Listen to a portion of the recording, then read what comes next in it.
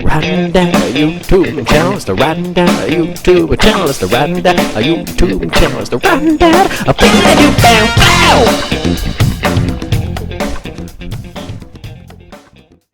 So the first thing I do when I start to wash and detail my bike is I put the rain cover over my air cleaner. I know this is not necessarily needed, but it gives me a little peace of mind, and I do it, so hey. All right, next thing, I'm gonna rinse the entire bike with a simple hose. I have a pressure washer. I use a pressure washer for my cars. However, I think it's just a little bit of overkill on the bike. I'd rather be a little bit more gentle. There's a lot of exposed wires and little clips, and I feel like this is perfectly fine, especially for the amount of dirt that is on the bike being kept in the garage and keeping up regularly with cleaning it.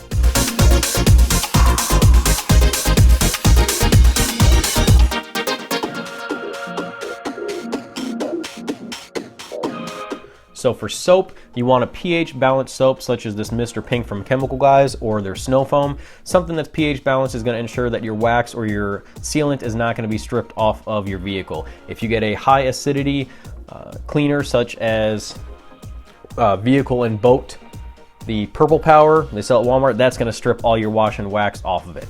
I use a 2-bucket system, one with the soap and one clear water, just to rinse off the bugs and the dirt and everything in between trips to the bucket. And each bucket has a dirt trap in the bottom that helps the dirt settle beneath that and not intermingle with the rest of your water. I'm going to hit the wheels and tires with a wheel and tire cleaner. This is going to help kind of just degrease and remove any of that road grime and some of that brake dust from the wheels and the tires.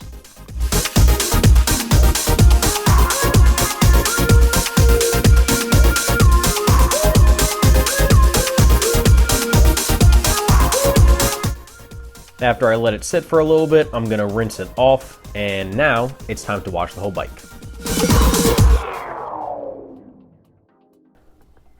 So I start from the top to bottom, which is how you should wash any vehicle, and in the front fender, the fairing, the little mirrors, hand control area, stuff that is prone to having a lot of bugs on it, that is what I'm going to use a little sponge for that has a little netting on it. It's specifically to remove kind of like bugs and tar. I'm going to hit those areas first, and then I'll move on to the rest of the bike with just a regular soft sponge. Each time I hit a little bit of an area, I will rinse it in the clean water bucket, trying to get as much dirt and gunk off of that as possible, and then re-dip into the soapy water and go back and start washing again.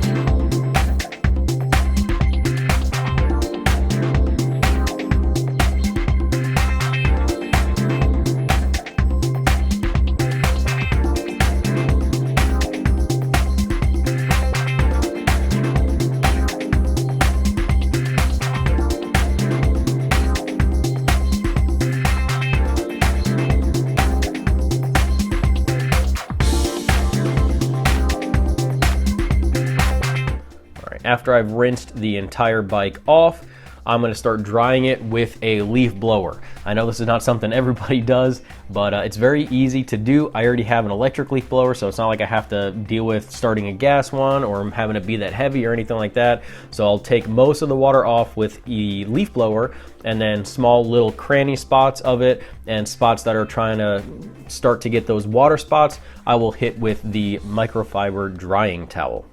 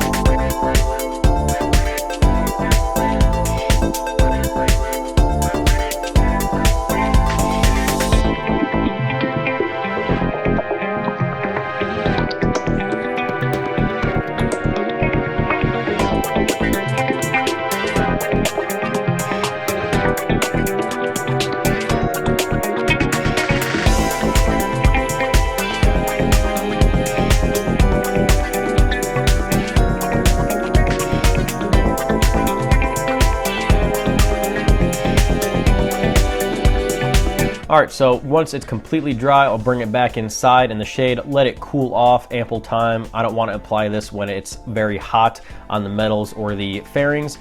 And I use this Sonax Quick Detailer, which is amazing. You've seen me talk about it on other vehicles. My buddy who used to detail cars professionally turned me on to this stuff, and it's amazing. I use it in place of a wax, but you can use a wax under it, as it is just a regular detailer. It has polymer in it instead of silicone like some other ones do. So if you're worried about using silicone products in your area, you're safe with this.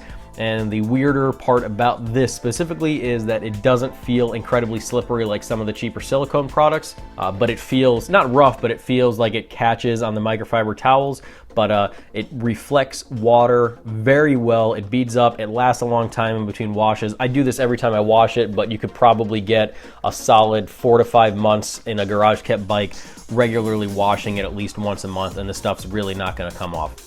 You just apply it with the microfiber applicator or towel and then wipe it off.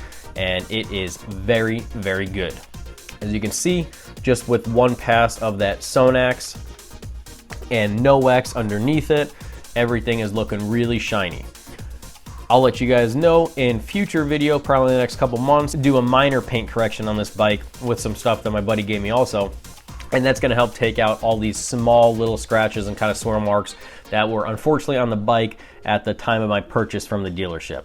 So if you wanna see that, do not forget to hit subscribe. Don't forget to put those post notifications on. And if you didn't already like this vehicle, please like it. I'm counting on you. Until next time, guys, ride safe, have fun, Dad out.